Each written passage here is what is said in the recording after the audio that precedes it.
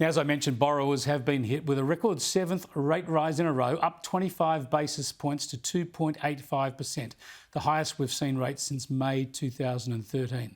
Let me bring in Gareth there, the head of Australian economics for the Commonwealth Bank. Thanks for joining us, Gareth. This is pretty much on expectations, but given that they're still increasing rates, it tells us the Reserve Bank thinks most of us in this country are still spending too much. They're still trying to slow us down. Why? G'day, Chris. The 25 basis point hike by the Reserve Bank today was generally expected by most analysts, us included. There were a few people out there, though, that were arguing the case for a 50 basis point rate hike, but I think the decision today was a pragmatic one. There was no need to step the pace of tightening back up today, having just dropped it at the October board meeting. The Reserve Bank knows that inflation is too high, and that's why they're raising interest rates. But we're getting to the point now where further rate rises from here will have a really negative impact on the economy as we move through next year. I think the Reserve Bank is conscious of the fact that they've delivered a lot in a very short amount of time. I think they're going to go one more in December, 25 basis points. That's the house view at Commonwealth Bank. They don't meet that in January.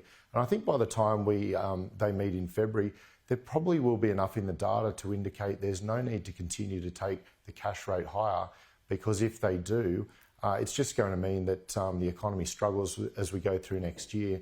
And a lot of households out there are really going to be feeling the weight of these higher interest rates. Well, they really are. It's really causing pain now, and it's going to get worse. I want to show you something that the Treasurer, Jim Chalmers, said today, and then I want to get your thoughts on this intersection between interest rate pressures and electricity prices. Here's the Treasurer today. We've got a big challenge when it comes to inflation in this country, and energy is a big part of it. We recognise that, and if there are steps that we can responsibly take to deal with it, we will. OK, so energy prices are hurting people, but they fuel inflation, which gives the Reserve Bank more ammunition to try and slow the economy down, so increases interest rates. So my question here is this, and that is the spending seems to be running amok still with people who are not feeling the pressure of mortgages and electricity prices. That is probably the better off Australians, maybe the people in the teal seats. Let's not make it political.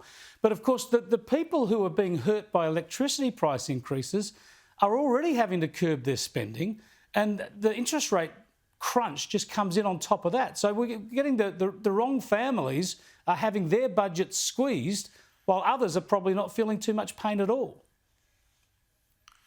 Yeah, look, that's right. I mean, when you've got things like power prices moving higher and expected to move significantly higher, that acts like a tax on households. They don't really have an option but to consume energy, and the lower income households in particular are spending a greater proportion of their income on utilities, and so they've got to continue to do that.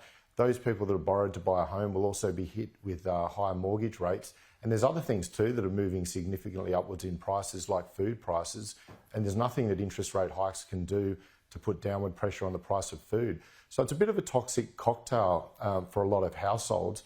I think as we move through next year, some of the things that have gone up in price, like food, for example, won't continue to ratchet up the way things have been over the previous 12 months. But it is going to be tough for many households out there. And that's why I think ultimately the Reserve Bank won't end up taking rates too much higher from where they are now, because it'll just hurt too many households in a way that they actually don't want to do. The Governor used today the language of wanting to keep the economy on an even keel, which is basically code for he doesn't want the unemployment rate to go up too much from where it is right now. I think that's the right objective to have, but the only way you can achieve that, given the other dynamics of rising power prices and expected elevated inflation next year, is simply not to keep jacking up rates, because if you do, you'll take too many households to a place that they don't want to be, and that means the economy won't actually perform the way it can next year. So I think they don't have too much further to go in terms of taking rates higher. We've got to be really cognizant of the fact that the high inflation that we've seen over the last few quarters is in many respects part of the fiscal splurge in 2020 and 2021 to deal with the pandemic, and households were told to stay at home. Now they can go out and spend money. So you've had quite a bit of spending, and that's put upward pressure on prices. But all those rate hikes the RBA has delivered to this point have not had time to have any impact on price changes in the economy. They will as we go through next year. But I think policymakers just need to be cognizant of the fact that they're looking at data that's not really picking up a lot of what they've already delivered. And as we go through next year, I think in the activity side of things, we'll see the impact of those hikes coming through. Great analysis, Gareth. Let's hope you're right. Gareth there from the Commonwealth Bank, he's been on the money so far. And honestly, when you look at that cocktail mix, that toxic cocktail that Gareth referred to, the one thing that governments really should be able to control is the energy prices. And that's where they've thrown us under a bus. Energy prices should be cheap in this country.